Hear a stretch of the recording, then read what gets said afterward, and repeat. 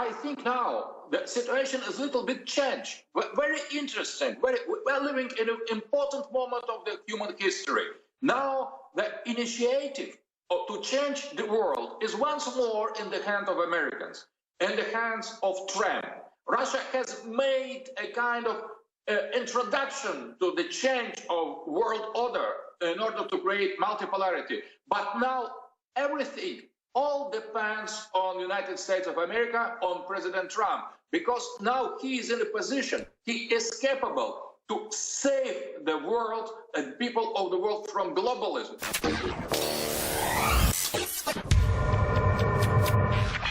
Ladies and gentlemen, we're here in Austin, Texas, broadcasting worldwide, and our guest is joining us from Moscow, Russia, Aleksandr Dugin.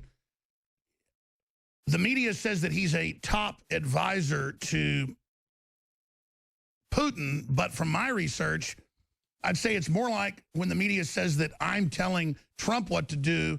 That's not really what's happening. We're just looking at the same picture, the same story, the same truth. We're reading from the same historical piece of music. But undoubtedly, Dr. Aleksandr Dugin is one of the leading people when it comes to rebirth in Russia and rediscovering the greatness of Russia and humanity itself and creating a pro-human system. Now, I've only read one of his books, and I've read quite a few of his writings over the years and well aware who he was. Even a decade ago, tried to get him on. But here he is now. I've been on one of his national TV shows that he has in Russia. But, you know, there's so many bios out there, so many things the media says he said. I want him to spend a few minutes about himself first before we get into all these big, huge topics, because I will cover what the elite believe, or I will cover what some other group believes, and then I'll wake up in the morning and the newspaper will say, Alex Jones believes XYZ, and that's not true. So it's better to directly hear from someone telling you what they actually believe in and what he believes Putin believes in, and the type of world system I'm trying to create versus what they're trying to create versus what the globalists are trying to create. And I noticed one of the topics he wanted to get into, we haven't talked beforehand, but he just gave us a few notes here, is post-globalism. And make no mistake, we are post this form of corporate global government. Now, they may fight on for a while, but it's not a boast to say, you can look at all the evidence, they are in major retreat. And I use the allegory or the analogy of 1945 Germany, a few months before the final fall. You know the Nazis are going to fall. The question is, how long will this go on? So we're long past the Stalingrad moment where you know they're going to lose, the globalists, using that analogy, say, for Nazis, because they're very similar to it. The problem is, what are they going to do to try to keep power? Well, Soros has doubled the amount of money for rioting. They're training people at universities now to go out and attack the public. They're planning something big. So we'll talk about it all in the next hour, and I'll try to just sit back and let our guest speak because he speaks English. Doctor, thank you so much for coming on. Let's spend a few minutes just on you, what you really stand for, what you really believe, the big movements you've launched that admittedly have reinvigorated Russia and given it faith again in yourselves. The globalists want to suck that out of all of us. And then let's get into who you think Putin really is, who you think Trump is in this new multipolar world. Thank you, Alex, for your kind presentation. I would express my ideas concerning what is going on in the world with new agenda for the United States, with Mr. Trump, that I support with all my heart, and so what is going to happen with Russia and with Mr. President, that I as well support with all my heart. And I think you have put the things very clearly, dear Alex, because you have said exactly the truth about my relations with Putin. We defend the same position, we share the same concern, so we are loving our people, and I am making that on the level of ideas. And Mr. Putin is doing the same acts and steps in the great politics. But there is a quite a correspondence between that. And I agree, because when I'm seeing Infowars and when I'm hearing what Alex Jones says, it is not, it is the same agenda, I hope, that Trump, Mr. Trump, Mr. President Trump share as well. And that means the not coincidence, that meant the unity of the same position, the sharing of the same values and the same ideas. So that is quite clear. And we are blamed not because we are bad or pretend to be extremists. It is all lie. Because, for example, in my book, Fourth Political Theory, I'm criticizing 3 political theories. 3, all 3. I am against liberalism, against globalism. It goes first. I am against communism, and I was always, because I was dissident in the Soviet time, because I never shared the conventions of communism.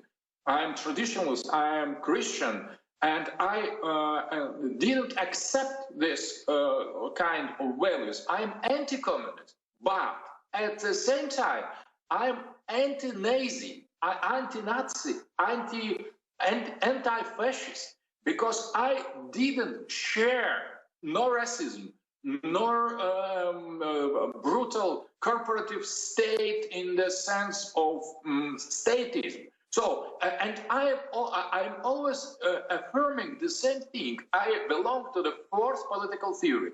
And when they try to present myself as a kind of extremist or communist or fascist, it is absolute lie. So it's sure, as I've actually read your writings, you'll explore each avenue of those and show the problems of how they're all basically failed systems, centralized. We have to go back to our primal natures, basically. I just know this: Trump wants justice, and he doesn't want wars with countries that aren't getting in our business and attacking us. And he can see the real world and see that an alliance with Russia and with European countries and with the UK and with Japan and others against some of the other countries that are trying to expand and actually threatening people's the way to go, instead of globalists using America as a tool of world domination. That's why they're so mad at Trump. Can we speak specifically, since you bring it up, the post-globalist world, where you think we are? But first, can you speak then, knowing Putin, obviously, and seeing the distortions in the press, why Vladimir Putin is so popular in Russia and around the world,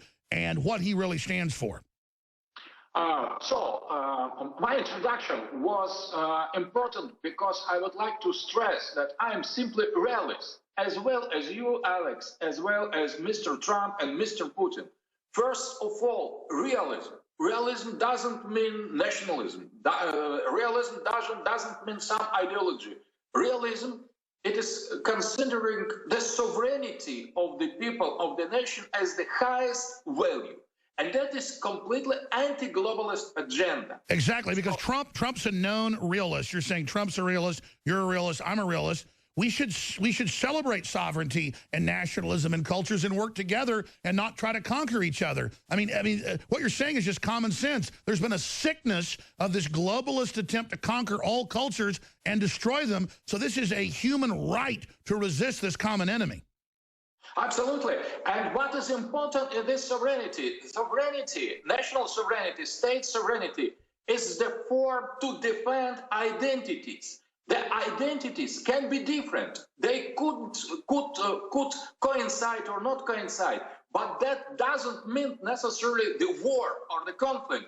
We could accept the differences in a positive way. Americans and Russians are different. Europeans and Americans and Russians are different. The people of the other countries. And we shouldn't have to accept some global system, much less who programs what we're supposed to be. It's not just that we should all, quote, work together. They want us to give up our identity and then take something on. And when you study what we're taking on, it's cultural death.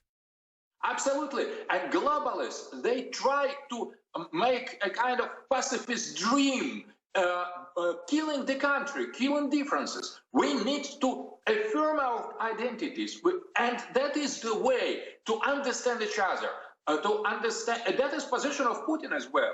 He is not imperialist. He is not fanatic. He has no idea to invade no country. In fact, I notice how humble he is. He's always saying, America is more powerful. Okay, you're great. We just want our right to be here. And I think that now we are in the situation where there is not anymore a kind of hostility between our countries. I would say I was anti-Americanist, anti-American during the government of Obama, of Bush, not because I don't like Americans. I was in America once, in Washington, and I like America. I love America, but I hate the globalist agenda. And sure, if America's been conquered by globalists, which we're starting to try to stop, then you have to rally your people through nationalism to defend yourselves. Yes, so now we understand, everybody in Russia, now we understand that America was hijacked by a globalist sect, and Trump is restoring American dignity. And we stop immediately to hate America, immediately, because that wasn't America that we hated before. It was globalist elite. And now we see that half and more, the majority of American population, as well as against this globalist sect. And that makes globalism the problem of each country, each people. We are as well under attack of globalists, as well as you. And we need to be united concerning our differences. And I think that the real multipolarity could lead to cooperation, to the friendship between different countries and different people. But we need, absolutely, we need to fight our common enemy. And before we had a deal, we have dealt with Mr. Soros that tried to overthrow our government, tried to create a color revolution in our country. And by the way, for new listeners and viewers, because the media is going to grab this and twist it, he brags on CNN he overthrew Ukraine. He brags he's trying to overthrow Russia. He brags he has hundreds of NGOs, non-governmental organizations doing it. That's so crazy. Then Trump says, no, we're not going to do that. And they go, you traitor. But it's the very same foundations trying to overthrow America.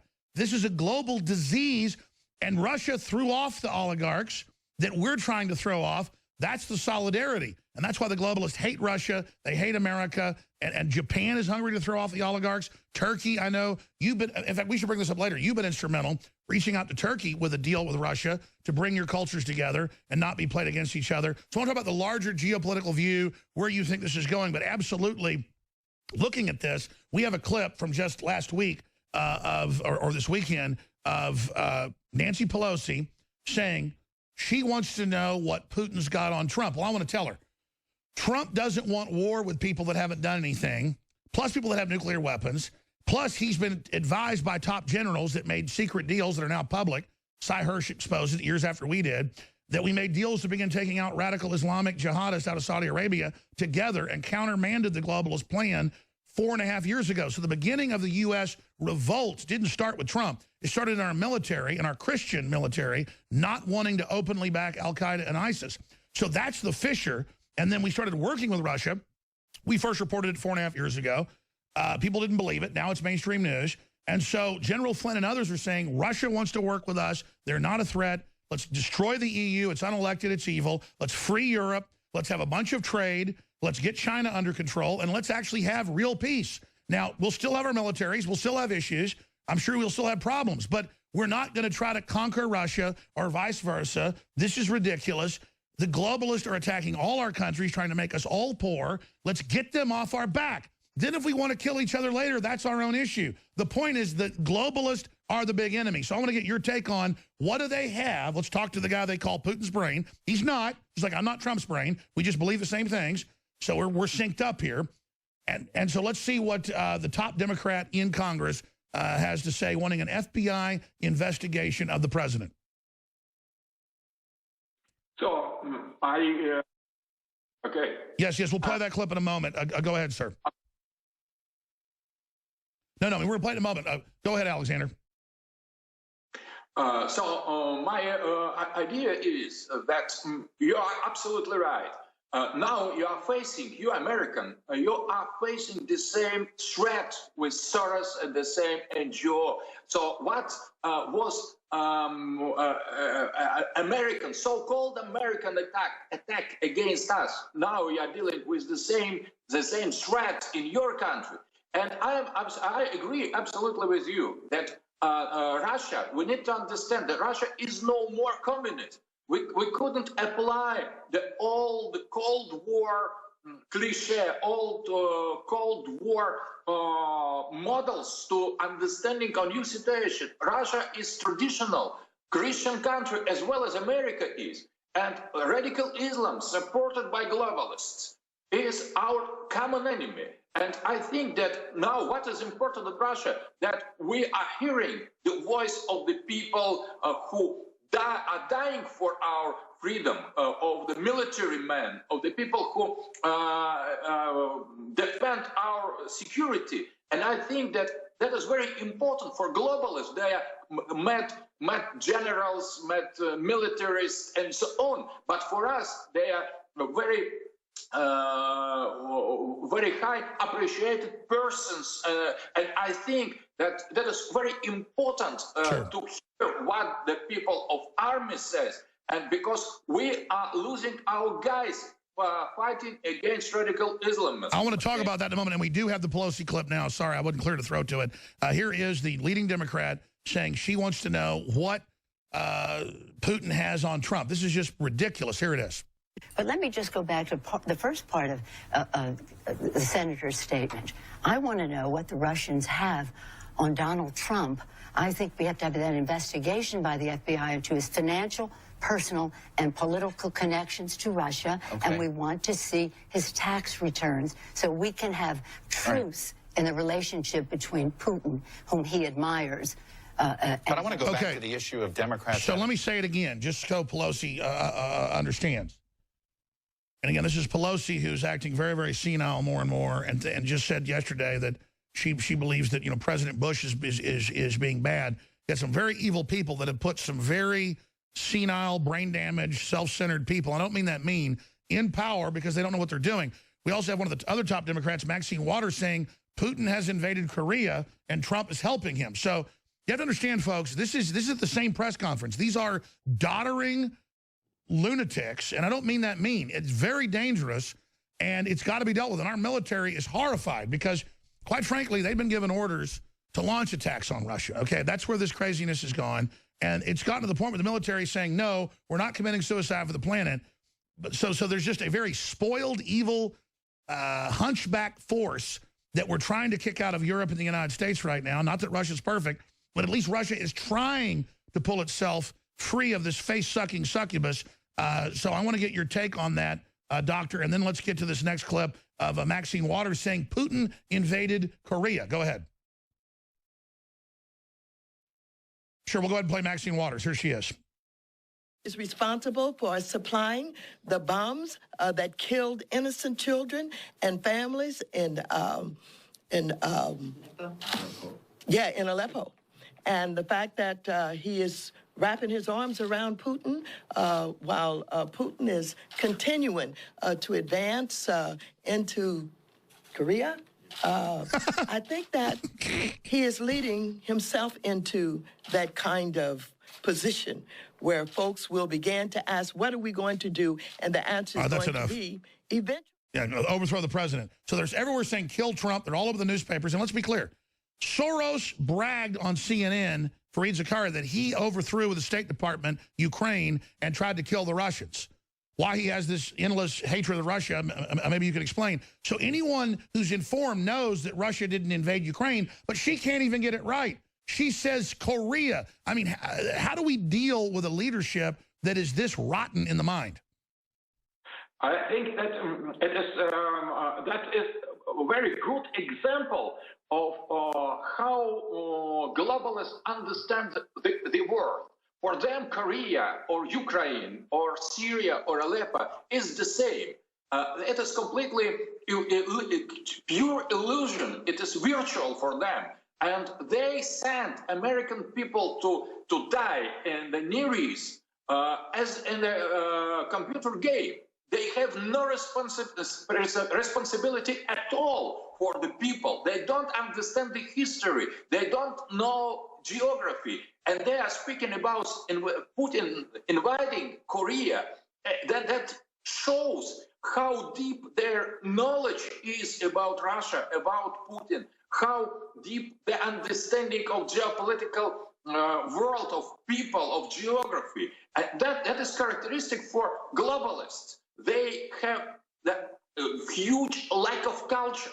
That's right, lack of culture, because they have no culture. They're trying to make us like them. And I've studied Russia some because it's so interesting, never been there, unfortunately.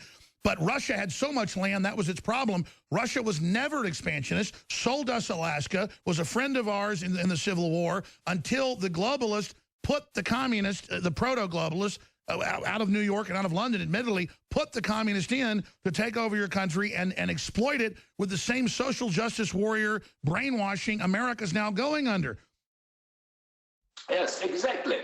I think that we need to a little bit to make our strategy educational one, because if we only with very incompetent people, with very stupid audience, the globalist thesis, the globalist speeches could reach their goal. And now Americans have shown that they are not such idiots as globalists think they are. And Americans have chosen what they wanted, what they think to be real response to their problems. And now globalists are furious. Aleksandr Dugin, doctor, stay there. We're going to come back. This is powerful information. How do we stop the globalists? They're in trouble. But how do we truly make it the end of globalism, post-globalism, straight ahead with a lot of key points? And we're going to open the phones up as well for your question for the man they call Putin's brain.